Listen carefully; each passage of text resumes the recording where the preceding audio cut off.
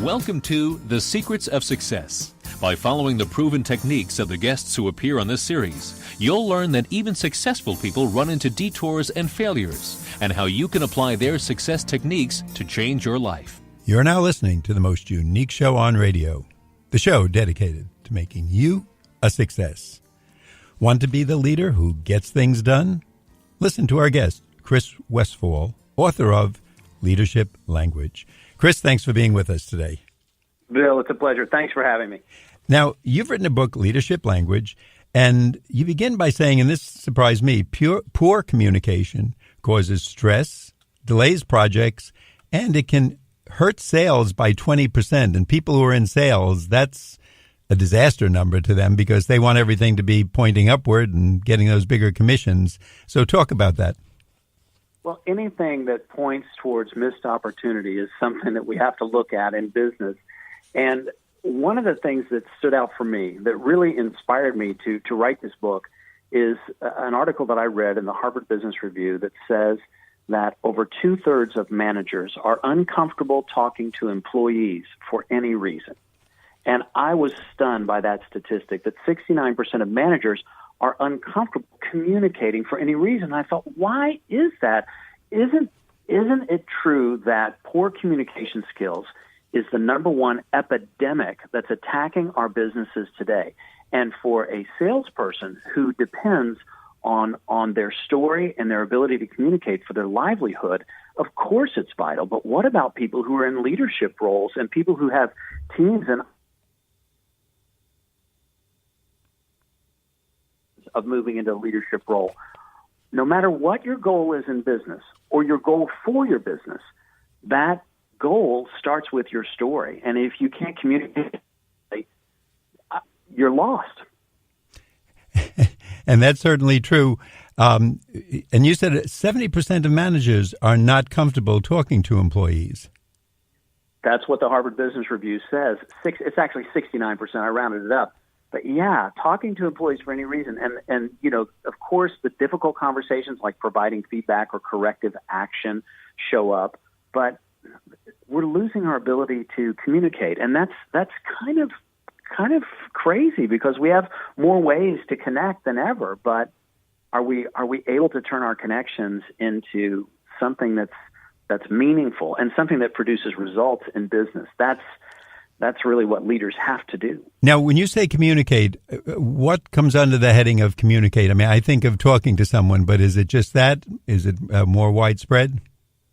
Well, the way that I look at communication and the way that I look at effective communication is I don't necessarily judge it by what you say.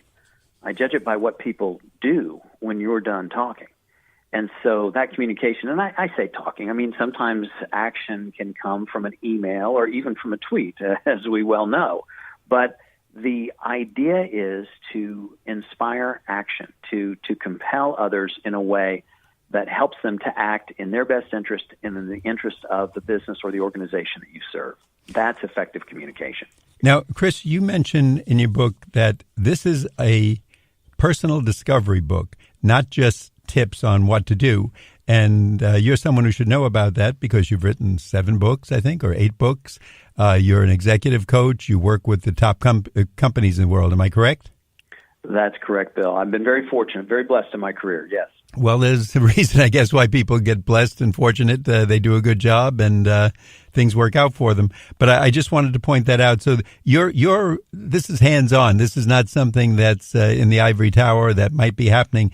And it's kind of shocking. 70% is 7 out of 10. These are managers who you would think the main part of his or her duties are communication because that's what a manager does, isn't it? Well, we're talking, but we don't necessarily like it. And what I wanted to do was to create some comfort and some ease and some power around effective communication. And I'll tell you where it all came from for me, Bill. I've helped raise over $50 million for startups in investment capital. I've helped launch over 4 dozen businesses. I've published 7 books so far. And when I read all the books on leadership, which, as you can imagine, I didn't read all of them, but, you know, the books that you have to read when you write a book like Leadership Language, I have to tell you, I I found myself feeling a little insecure, feeling less than, like leadership was something that was out there, that it was reserved for someone else, for military leaders or business leaders or political leaders or people who were different than me. And I didn't have the skills that they had. But then I sat back and I said, well, wait a minute, that's not right, because I've created results. What is it about these rules and these tips and techniques that I've been bombarded with that's left me so unfulfilled? I said, is there another way to look at leadership? I mean, what if leadership isn't something that's out there? What if leadership is something that's inside of us, all of us? And what we have to do is not take on some external tip or imitate someone else. It's about finding our own true compass, our own true voice, and bringing that to the forefront. And that's the journey that's inside of leadership language. And I'll tell you, whenever anybody says something like this, a high number like 70%, I'm always shocked because we have business schools today, fine universities, Ivy League, top-notch universities that are teaching business. We can learn about it by reading. There's books all over the place. There's the internet. You can go for a graduate degree. You can go for a doctorate. And then when you say that with all these people coming out, 70% of the managers are not comfortable talking to employees, somehow you think somebody's maybe missing something in these schools, that they didn't address this, because how else are you going to get the message across, whether if you're not communicating either by voice, by email, maybe a roll of the eyes or something, how are you getting the message through? Now, you tell us to change the conversation if we want to change results. That's a nice saying, but how do we go about that? Well, the conversation is the key to your success. And when you look at exactly what you were talking about, Bill, about how information is everywhere. We have business schools, we have the internet, we have access to this wealth of information. And yet, in spite of that, in spite of this accessibility, why aren't we able to create greater impact and to get our ideas across? And for me, helping businesses as a pitch coach to help them to go after investment, as well as helping leaders to be more effective with their teams, one hand is how individuals, when they change the conversation, not by creating some fiction or making something up or coming up with the prettiest lie they can think of, but when they change the conversation to their authentic message, they create the most powerful results. And in fact, I talk about that in leadership language. One of the chapters focuses on a woman who I met, a young woman. She was just a freshman in college when I met her, and she wanted to win a pitch competition. Now, a pitch competition, if I'm right, this is a short statement to someone to get them interested in a project you're involved in, right? Sure, but in this case, it was a business pitch competition. So it was a presentation of a business plan, and she had started a business, an innovative business that had a scientific process to keep foods fresher longer, specifically fruits and vegetables. And she came to me as a freshman, and we worked together so that she could do as well as she possibly could in this pitch competition. But again, she was a freshman up against those MBAs that you were talking about earlier. She was up against engineering students and PhD students. Well, I think you know how the contest ended, because I think you've seen in the book. But for this young lady, her name is McCallie Cunningham, she came out on top at a university that has nearly 70,000 students, the fifth largest university in the United States. And you say, how was she able to do that? She didn't have the experience. She didn't have the background to do what she did and to move ahead of the people who had much more experience, educational level, et cetera. How was she able to do it? And Bill, what I saw was a woman who was able to tap into her authentic voice and to handle questions and answers from a sophisticated panel of judges and present her ideas in a way that led the entire audience to the outcome that she was looking for, which was her in the winner's circle. It was very powerful.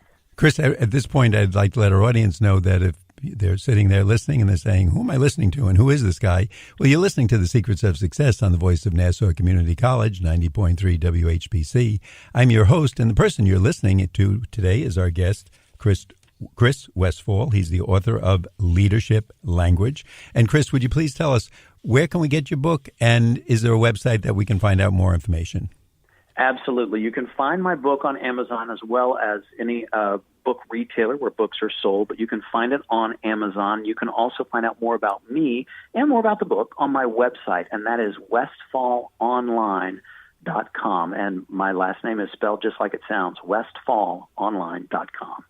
And if you're one of those people that's a bit uncomfortable, and come on, kind of admit it. If it's 2 out of 3, you're probably more likely to be in the 2 than that other one who's very comfortable talking to people and communicating with them. If you read the book, you may get some ideas, and it just takes 1 or 2 or 3 good ideas that could change your whole approach to leadership, the way the upper managers see you, and get you on that fast track to where you want to go in life. Now, Chris, you mentioned about being authentic, and I've always found that. I mean, I always hear what people say. I try to read it and say to myself, is this really true, or does it just sound nice in a book? And the people who are passionate and really into it, a person who loves art, they love to work with pets, they love sports or exercise, you can kind of tell the difference from someone where it's a job and someone it's a vocation, and how they get into it. So I'm guessing that's what McAllie Cunningham, her personality, she was really into the topic she was talking about, and I guess that just exuded out of her, and people grabbed onto it. That's the nature of authenticity. At least that's what I'm trying to point to, Bill, is this idea of connection.